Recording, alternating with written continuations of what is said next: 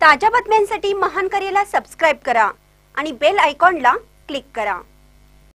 राज्य मुस्लिम खाटीक संस्थेचा मदतीचा हात, पूरग्रस्तांना गोमातेसह शेळ्या, बोकड आणि किराणा किटचं वाटप।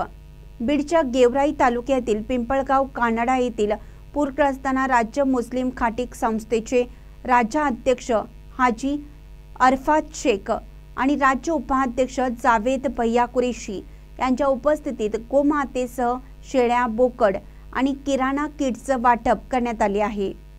अनेक शेतकऱ्यांचे पशुधन वाहून गेले आहे, तसेच संसार उपयोगी वस्तू देखील पुराच्या पाण्यात वाहून गेले आहेत। यामुळे त्यांना दिलासा देण्यासाठी राज्य मुस्लिम खाटीक संस्थेकडून ही मदत वाटप करण्यात आली।